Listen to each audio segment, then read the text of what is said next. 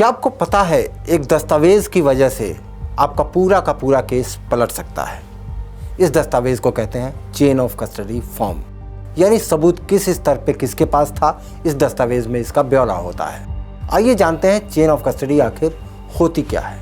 आज हम इसी के बारे में बात करेंगे और समझेंगे कि इसकी फॉरेंसिक साइंस में क्या इंपॉर्टेंस है और इसका सीधा संबंध न्याय से कैसे है। चेन ऑफ कस्टडी को अक्सर एक छोटा सा टेक्निकल वर्ड समझ के इग्नोर कर दिया जाता है। एक छोटा सा कागज़ का टुकड़ा जिस पर डेट और सिग्नेचर होते हैं। अगर आप इसे एक सामान्य कागज़ का टुकड़ा समझ रहे हैं तो आप गलत हैं। शायद ही आप लोगों को ये बात पता है कि ये सिर्फ एक पेपर नहीं है, भरोसे की एक कड़ी है और कानून और कोर्ट की ये सबसे बड़ी ज़रूरत है किसी भी सबूत के केस में। चेन ऑफ कस्टडी वो प्रक्रिया है जिसमें किसी भी साक्ष्य और एविडेंस के मिलने से लेके और कोर्ट में पेश किए जाने तक उसे पूरी तरह सुरक्षित रखा जाता है। ये सुनिश्चित किया जाता है कि एविडेंस के साथ कोई भी छेड़छाड़ यानी कि टेम्परिंग ना हो और इस बात का पूरा ध्यान रखा जाता है कि जिसके पास भी ये सबूत गया उसके नाम, तारीख, समय और कितनी देर उनके पास ये एविडेंस रहा, इन सारी चीज़ों का ब्यौरा हो और साथ में उनके सिग्नेचर हो। अब बात करते हैं फॉरेंसिक साइंस की।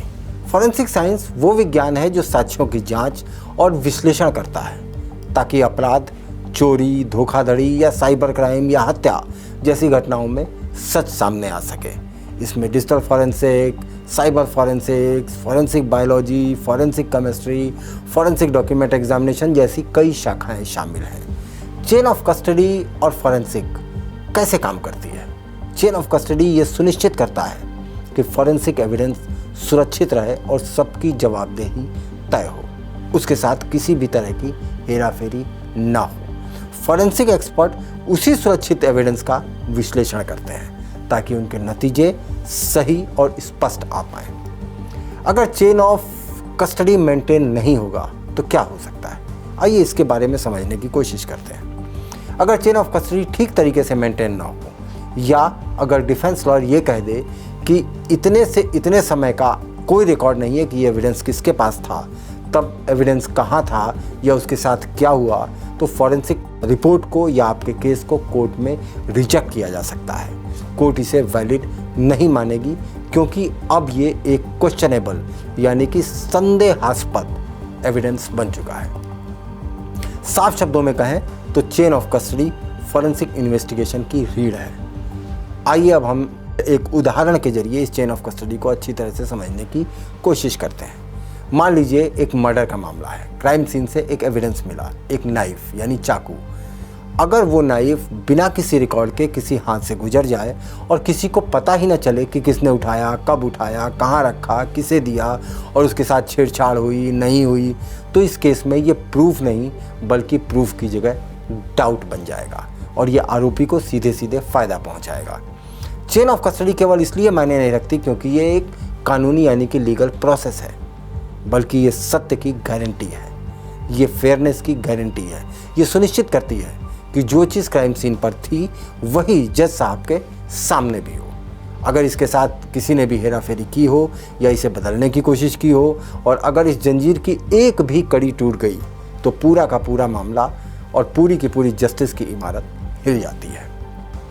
तो अगर आपके पास या आपसे जुड़ा कोई ऐसा सबूत है जिसे आप अदालत में रखना चाहते हैं तो आपके लिए ये बेहद ज़रूरी है। आप अपने सबूतों को अदालत में रखने के लिए फॉरेंसिक एक्सपर्ट या फॉरेंसिक लैब की भी मदद ले सकते हैं। इसके जो फ़ायदे हैं चेन ऑफ कस्टडी के, ये अब हम इसकी बात करते हैं। चेन ऑफ कस्टडी के रूल फॉलो करने से एविडेंस की सुरक्षा और ऑथेंटिसिटी बनी रहती है। क्रिमिनल इन्वेस्टिगेशन में ट्रुथ और जस्टिस सुनिश्चित होता है।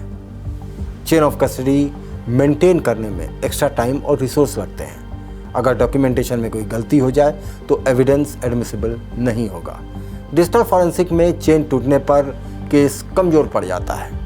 अब इसके रोल और इसको समझने की कोशिश करते हैं। एविडेंस को क्राइम सीन से लेके कोर्ट तक प्रोटेक्ट और डॉक्यूमेंटेड रखना ये एक बहुत बड़ी और इम्पॉर्टेंट जिम्मेदारी है। इसे चेन ऑफ कस्टडी पूरी करता है। भारत में फॉरेंसिक लैब और साइबर लैब्स में स्ट्रिक्ट चेन ऑफ कस्टडी के प्रोटोकॉल्स लागू हैं। Courts world wide forensic evidence तभी मानती है जब चेन ऑफ कस्टडी मेंटेन हो। चेन ऑफ कस्टडी केवल प्रोसीजर नहीं है, बल्कि जस्टिस को सिक्योर करने का हमारा वादा है। याद रखिए, एविडेंस की सुरक्षा जस्टिस की सुरक्षा है, यानी कि एविडेंस जब सुरक्षित रहेगा तभी सुरक्षित न्याय की संभावना बनेगी और तभी वो डिलीवर हो गया। Thank you.